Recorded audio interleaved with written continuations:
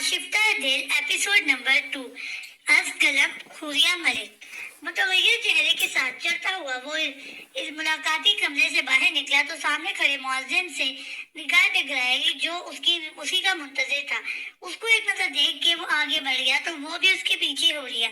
Sir SP Kamran उसे देखते ही अपनी जगह से उठा तो वो मजबूत कदम उठाता हुआ उसकी जाने बढ़ा।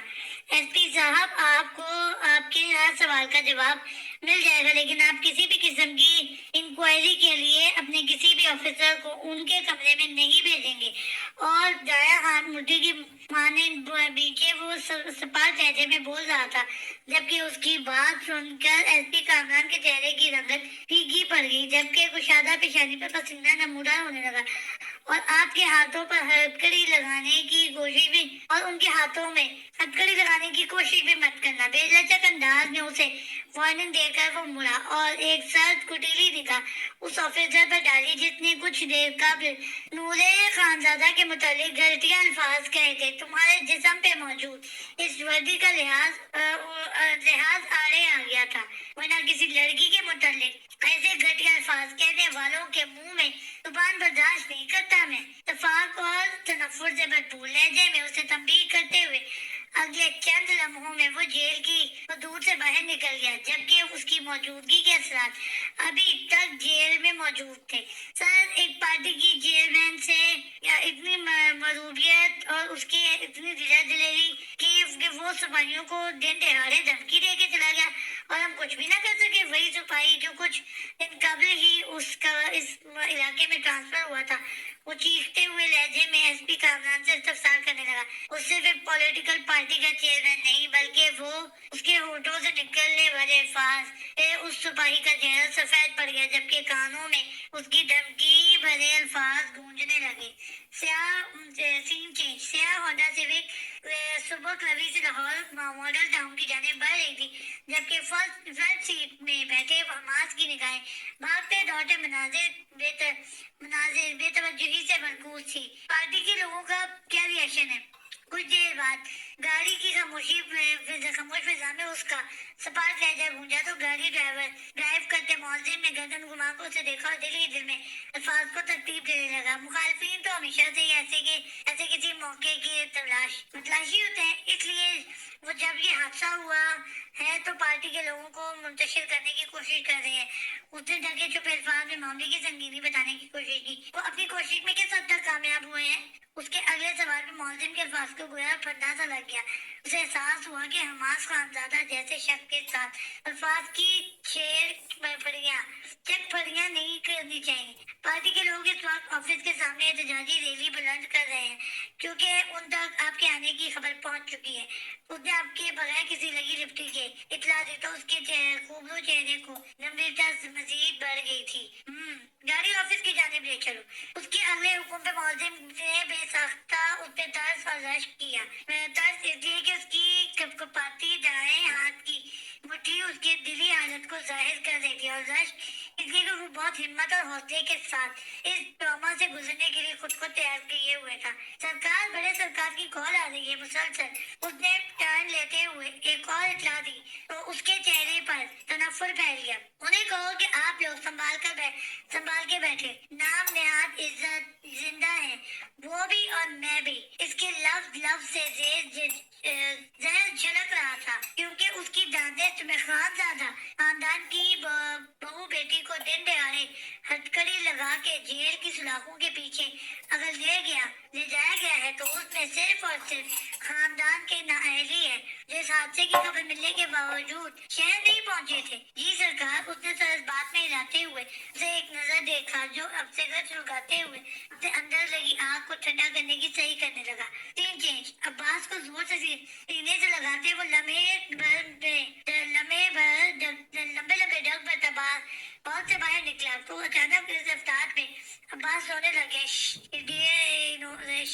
डोंट क्राई माय चाइल्ड, امجد بابا اس کے پورے گالوں کو صاف کرتے ہوئے وہ مشفقانہ انداز میں بولا تو عباس کے رونے کی آواز سن کر کچن سے نکلتی عائشہ کے کانوں میں اس کے الفاظ پڑے تو اس کی تن بدن میں آگ لگ گئی۔ ذرے ادھر آئیے، یہ زور سے کہتی وہ آگے بڑھی اور اس کے بازوؤں سے اپنا بیٹا چھیننے لگی۔ جب عباس کو زور سے ساتھ لگاتے امان نے درستگی سے اس کا بازو پکڑتے ہوئے ایک جھٹکے سے سائڈ پہ کیا اور لڑکھڑا کے اس کے دوسرے کندھے سے آ لگی۔ یہ کیا بدتمیزی ہے؟ وہ عباس کی وجہ سے دبے دبے لہجے میں اڑائی تو یمان نے بغور اس کا جائزہ لیا، جو ہمیشہ کی طرح مرنے مارنے والی حالت میں اس کے سامنے موجود تھی، جبکہ ماں کو سامنے دیکھے عباس کا رونا اب قدرے کم ہو چکا تھا۔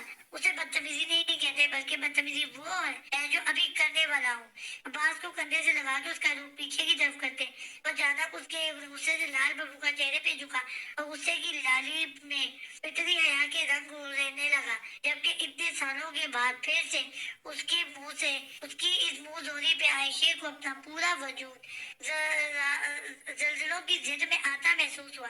یہ آپ کو یاد کروانے کے لیے تھا کہ میرا آپ سے ایک رشتہ کیا ہے، اور یہ رشتہ آپ آئندہ میرے بیٹے کو مجھ سے یوں چھیننے سے قبل ہمیشہ یاد رکھیے گا۔ کچھ لمحوں بعد اس کے قابل رحم حالت کی پیش نظر وہ سیدھا ہوتا بے رحم انداز میں بولا تو عائشہ نے شرم اور غصے سے سرخ ہوتے چہرے اور ڈبڈبائی آنکھوں کے ساتھ اس کے کندھے سے لگے اپنے لگتے جگر کو دیکھا اور آگے بڑھ کر اسے اس کے کندھوں بازوؤں سے اٹھا دیا۔ یاد کروانے کا شکریہ، لیکن یہاں اس حویلی میں ہر ایک فرد کے لیے حضور عباس عائشہ خانزادہ کا ناجائز بیٹا ہے۔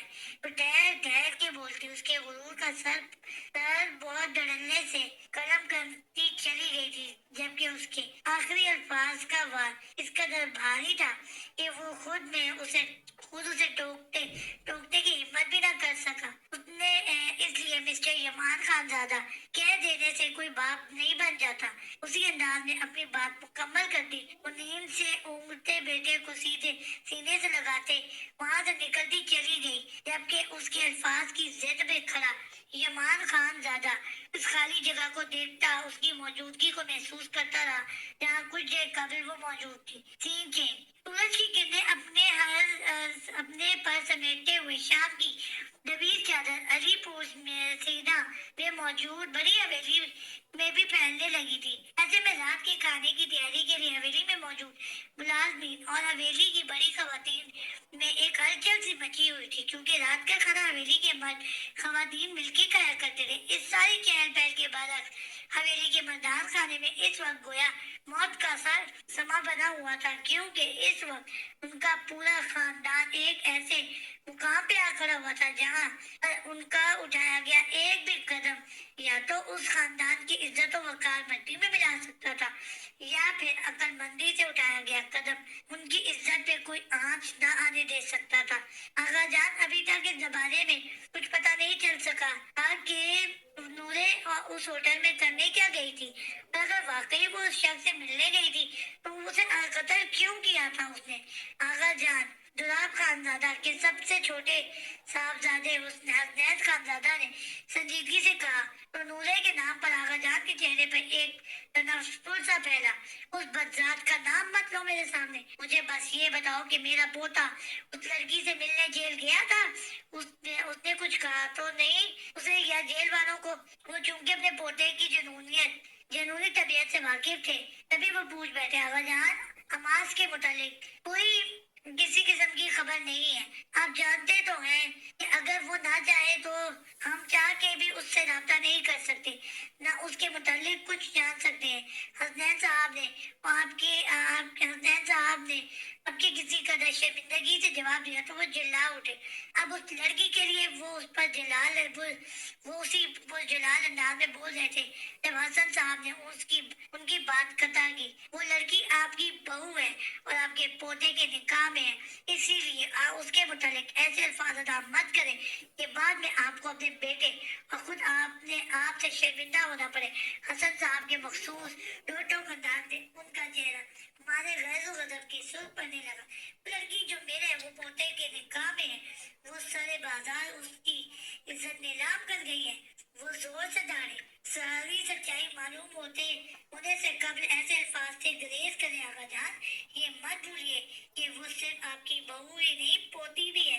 हसन साहब ने बेहद संजीदगी से बात खत्म करते हुए नशिस्त छोड़ी और बैठक से निकलते चले गए, जबकि उनके अल्फाज ये लाजवाब होते। दुराब साहब ने सर झटकते हुए गोया उनके अल्फाज के एहसास से निकलने की सही की थी। हसनैन, फोन मिलाओ उस एसपी को जो कल होटल गया था। उन्होंने अपने छोटे बेटे को हुक्म सादिर किया और खुद हुक्के की जानिब मुतवज्जो हो गए। Scene change.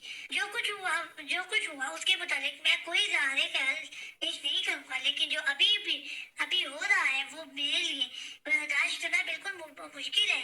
हजारों लोगों के हुजूम के सामने बिल्कुल बर्दाश्त नहीं करूँगा। हजारों लोगों के हुजूम के सामने खौफ खतर खड़ा दर्जनों माइक्स में बोल रहा था, जिन कामों के अलग मैं उठा चुका हूँ। अगर उनको करने से मैं करने में कोई कोताही बरतूं तो ये रैलियां निकालने से कई दर्जे बेहतर है कि मुझे सामने खड़ा करके मुझसे उसके मुतालिक सवाल करें। लेकिन अगर मेरी जाती जिंदगी को बुनियाद बना के मेरी पार्टी का नाम खराब करने की कोशिश की तो मैं बर्दाश्त नहीं करूँगा। वो अपने मखसूस सपाट लहजे में बोलता, बहुत सो के मुंह बंद कर गया। आपके नाम खराब होगा तो पार्टी का नाम भी खराब होगा। ऐसे में आप कैसे अपने और पार्टी के नाम को साफ रखेंगे? एक मुखालिफ पार्टी का नुमाइंदा तीखे मगर तंजिया अंदाज में घुरा था तो उसने एक फरमाइशी नजर उस पर डाली। यहाँ ऐसा कोई शक नहीं है, इसका माजी क्या किरदार बिना किसी जोर के हो, क्योंकि परफेक्ट किसी की जात हो ही नहीं सकती। लेकिन वो अपना काम कर रहे हैं, इसलिए मेरे नाम या मेरे से वाबस्ता लोगों की वजह से मेरे काम पे सवाल ना उठाएं, शुक्रिया। उसने एक तायराना देखा अजमेर पर डालते हुए उन्हें बहुत कुछ जिताते हुए मौजिम को माइक्स बंटवाने का इशारा किया और फिर बहुत सारी चीखों पुकार को वकार के साथ नजरअंदाज करते हुए वो अपने ऑफिस की जानिब बढ़ गया।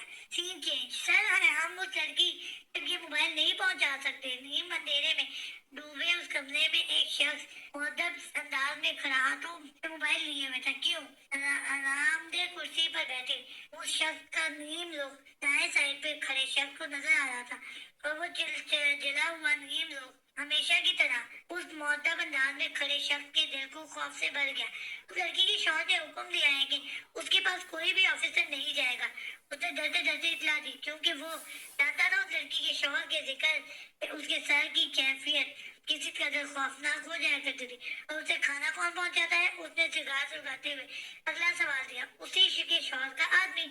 अब के जवाब मुख्तसर दिया गया, उस आदमी को खरीद लो। वहाँ फिजा में छुड़वाते हुए वो इत्मीनान से बोला तो उसने एक झटके से गर्दन उठाकर उसे देखा। जी सर, क्योंकि इख्तलाफ का हक है और हिम्मत वो रखता नहीं था। अभी वापस गर्दन झुकाता, वो मोबाइल मुट्ठी में दबाता वापस पलटने लगा। कल रात तक उस लड़की के पास मोबाइल पहुंच जाना चाहिए। अकब से आती धमकी अमीर याद दबाती उसका दिल उछल के हलक में धमकी अमेज अंदाज में उसका दिल उछल के हलक में आन अटका, लेकिन वो मुड़े बगैर सर उले से हिलाता जल्दी से बाहर निकल गया। Scene change. वो इस वक्त सबसे मिलने के बाद सबके साथ हॉल में बुलाजमा था जब उसने अपनी माँ की आवाज सुनी। बानो, आ जाओ, आयशे और अब्बास को बुला के लाओ, खाने का वक्त हो गया है। ये सबके साथ खाना खाते थे। सबके साथ आके खाना खा रहे। बानो, जाओ, आयशे और अब्बास को बुला कर लाओ, आके सबके साथ खाना खा रहे। वैसे भी सुबह से अब्बास को नहीं देखा। वो अपने मखसूस नरम लहजे में बोल रही थी, जबकि उसके कानों में फकत यही अल्फाज गूंज रहे थे। उस अमीरी के फर्द के लिए जुल अब्बास आयशे खानजादा का नाजायज बेटा है, जारी है।